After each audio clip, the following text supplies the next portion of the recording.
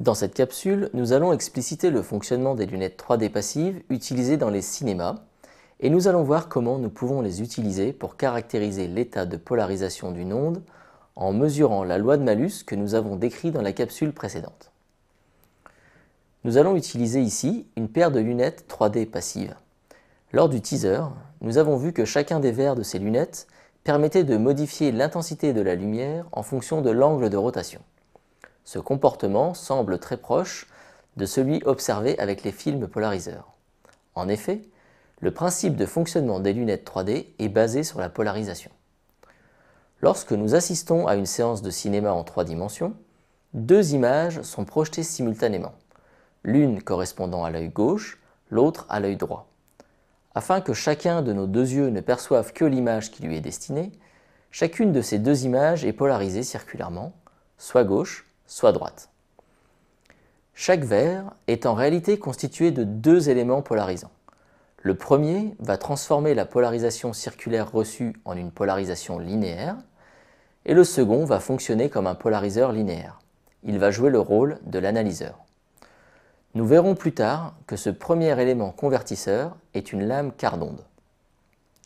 Ainsi, l'œil gauche, tout comme l'œil droit, ne percevra qu'une seule des deux images.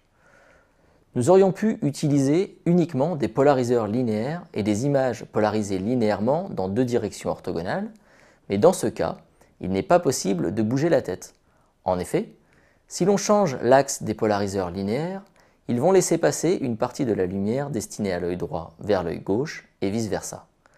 Nous comprenons dès lors l'intérêt d'utiliser une lumière polarisée circulairement qui ne va pas dépendre de la position du spectateur au cours de la séance. À l'aide d'une paire de lunettes et d'un film polariseur, nous pouvons vérifier expérimentalement qu'une partie du verre de la paire de lunettes fonctionne comme un polariseur linéaire. Pour cela, il est nécessaire de tenir les lunettes dans le bon sens, c'est-à-dire de mettre la face avant des verres vers vous. En d'autres termes, la lumière qui est transmise par la paire de lunettes et qui est captée par votre œil rencontre d'abord le polariseur linéaire avant de passer à travers le convertisseur circulaire linéaire. En réalité, mais ce n'est pas le propos de cette capsule, dans ce sens, ce convertisseur devient un convertisseur linéaire circulaire. Quoi qu'il en soit, cette configuration permet de s'affranchir du rôle de ce convertisseur et de se focaliser uniquement sur l'action du polariseur linéaire.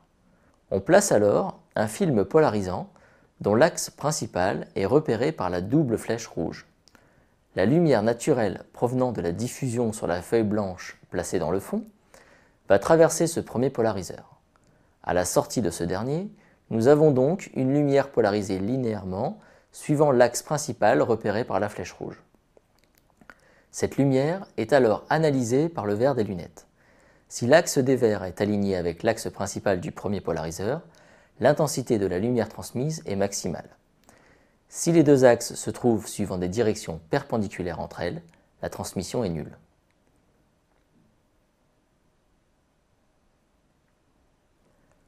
En reprenant l'une des images de la vidéo correspondant au cas où un minimum de lumière est transmis à travers l'ensemble film polariseur verre de lunettes 3D, il est possible de repérer l'axe principal du polariseur présent dans le verre de ces lunettes. Dans cette image, l'axe principal du polariseur, sa direction passante, est aligné avec l'axe vertical. La lumière transmise étant minimum, cela signifie que la direction passante des lunettes 3D fait un angle de 90 degrés avec la verticale. Nous pouvons donc conclure que l'axe principal de ces lunettes 3D est horizontal. Ainsi, les lunettes 3D agissent comme des polariseurs linéaires lorsqu'elles sont utilisées dans un sens tel que la lumière à analyser rencontre en premier lieu l'arrière du verre. Dans ce cas, l'effet du convertisseur linéaire circulaire peut être négligé. Or, au cours des capsules précédentes, nous avons évoqué l'intérêt de ces polariseurs linéaires pour contrôler et caractériser la polarisation de la lumière. Voyons à présent comment nous pouvons nous servir de notre paire de lunettes 3D pour comprendre le fonctionnement d'un écran. Dans la vidéo du teaser, vous avez pu constater que selon l'orientation de la paire de lunettes 3D, l'intensité transmise variait significativement jusqu'à l'extinction complète pour une orientation particulière. Nous avons vu dans la capsule précédente que l'axe passant de notre paire de lunettes était orienté selon la direction représentée par la double flèche jaune. Étant donné que la lumière transmise est nulle dans cette configuration, nous pouvons conclure que la lumière issue de l'écran est polarisée linéairement suivant un axe orthogonal à celui de la paire de lunettes et représentée ici par la double flèche rouge. Ainsi, à l'aide d'une seule paire de lunettes, nous sommes capables d'analyser l'état d'une onde polarisée linéairement. Voyons à présent comment se servir de deux paires de lunettes pour mesurer une loi de malus à partir d'une source de lumière non polarisée. Pour cela, il faut disposer d'une lampe qui va produire de la lumière naturelle, c'est-à-dire non polarisée. Il peut s'agir du soleil ou de toute autre source lumineuse classique présente dans votre maison, par exemple une ampoule à incandescence. On place une première paire de lunettes dans la configuration suivante. La lumière traverse alors dans un premier temps le convertisseur circulaire linéaire, qui est sans effet sur la lumière non polarisée. Elle rencontre ensuite le polariseur linéaire. À la sortie de ce dernier, la lumière est polarisée linéairement suivant la direction passante du polariseur. On place alors une seconde paire de lunettes qui va agir comme un analyseur. Pour cela, il est nécessaire que la lumière rencontre d'abord le polariseur linéaire et non le convertisseur linéaire circulaire.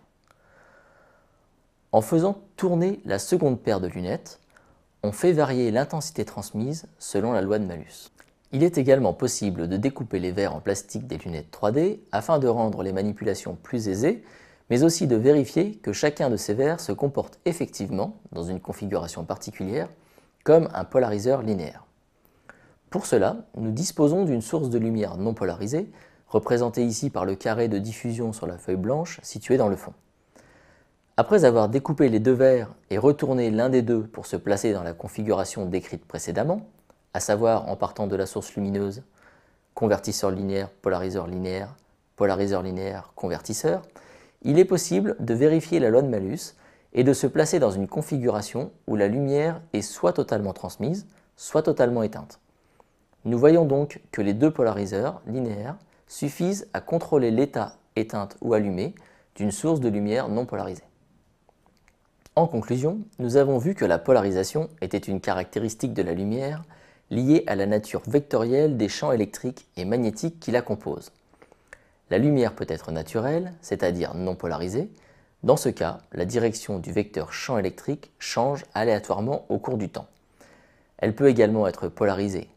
Dans le cas le plus général, l'extrémité du vecteur champ électrique parcourt au cours d'une période grand T une ellipse dans le plan perpendiculaire à l'axe de propagation. On parle alors de polarisation elliptique. Deux cas particuliers peuvent être distingués, la polarisation circulaire et la polarisation linéaire. Dans ce dernier cas, le champ électrique associé à l'onde est dirigé selon une direction fixe au cours de la propagation. Il est possible de produire une lumière polarisée linéairement à partir de lumière naturelle à l'aide d'un polariseur linéaire. Cet élément optique permet en effet de sélectionner une direction de polarisation particulière correspondant à l'axe principal du polariseur, aussi appelé direction passante. En utilisant deux polariseurs linéaires, nous avons vu qu'il était possible de laisser passer totalement la lumière incidente lorsque les axes principaux des polariseurs étaient alignés et de réaliser une extinction complète lorsque les polariseurs sont croisés, c'est-à-dire lorsque l'angle entre leurs directions passantes est de 90 degrés. Comme nous l'avons évoqué précédemment, cette configuration est très importante, car elle est fréquemment utilisée lorsque l'on cherche à caractériser un élément optique entraînant une rotation de la polarisation. Considérons par exemple un élément optique qui a pour effet de faire tourner d'un certain angle la direction de polarisation d'une onde incidente. Sans cet élément optique, l'intensité transmise à travers la combinaison polariseur-analyseur croisé est nulle. Si l'on place à présent l'élément optique entre le polariseur et l'analyseur, dont les axes sont toujours croisés, il va faire tourner la polarisation issue du polariseur avant que celle-ci atteigne l'analyseur. Dans cette situation, la polarisation de l'onde ne fait plus un angle de 90 degrés avec l'axe de l'analyseur et une partie de celle-ci est donc transmise. L'intensité mesurée n'est plus nulle et en mesurant sa valeur, il est possible de remonter à l'angle de rotation de la polarisation due à l'élément optique que nous avons introduit entre le polariseur et l'analyseur. De même, si nous sommes capables de contrôler l'angle de rotation introduit par cet élément optique, placé entre le polariseur et l'analyseur croisé, cela signifie que nous sommes en mesure de contrôler l'intensité transmise à travers le montage.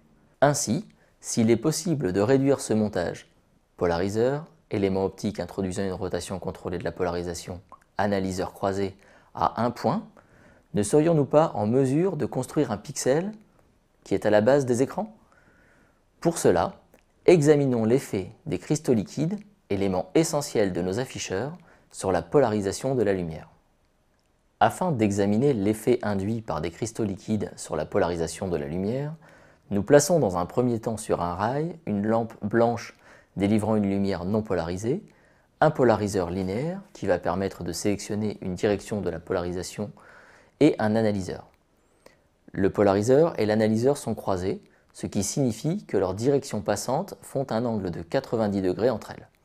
Dans cette configuration, aucune lumière n'est transmise par le montage. Nous aimerions comprendre comment les pixels des écrans peuvent faire tourner la polarisation de la lumière.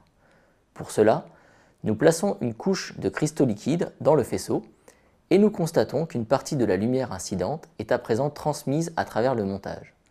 Ceci signifie que la polarisation, initialement horizontale, a tourné lors de la traversée des cristaux liquides. Pour comprendre cet aspect essentiel, il va nous falloir détailler comment la lumière se propage dans un milieu complexe avec des propriétés optiques anisotropes, c'est-à-dire qui ne sont pas les mêmes dans toutes les directions. C'est ce que nous verrons dans la suite. Pour les plus curieux, je vous invite à visionner les vidéos suivantes dans lesquelles nous détaillons les techniques utilisées pour produire de la lumière polarisée par diffusion et par réflexion.